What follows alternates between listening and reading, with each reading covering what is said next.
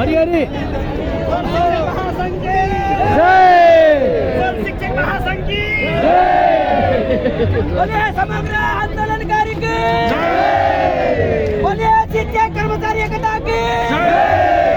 बोलिए शिक्षक महासंघ की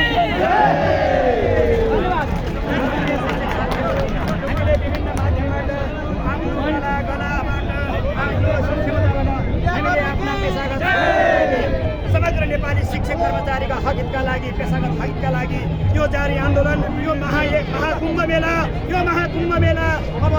वर्षले 2 वर्ष भइसक्यो 2011 सालमा प्रारम्भ भएको यो महाकुम्भ 82 साल लागिसक्यो दिनले आज 22औं दिन निरन्तर रूपमा अनिश्चित रूपमा देशभरिका सामुदायिक विद्यालयका शिक्षक कर्मचारीहरू यसरी सडक आन्दोलनमा माइतीघर मण्डलमा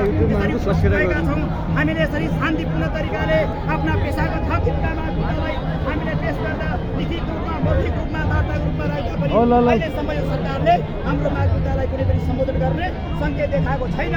यदि हाम्रो धैर्यताको बाटो टुट्यो भने यो कला र कलाको क्षमतालाई त्यो हामी सिंहदरबारभित्र पनि हामी बस्न सक्छौँ। सुरु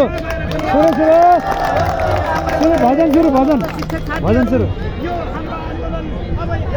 बेलुकासम्म पनि यदि हाम्रो माग मुद्दालाई सम्बोधन गर्ने कुनै सङ्केत देखाएन भने भोलि हामी सिधै बालेश्वर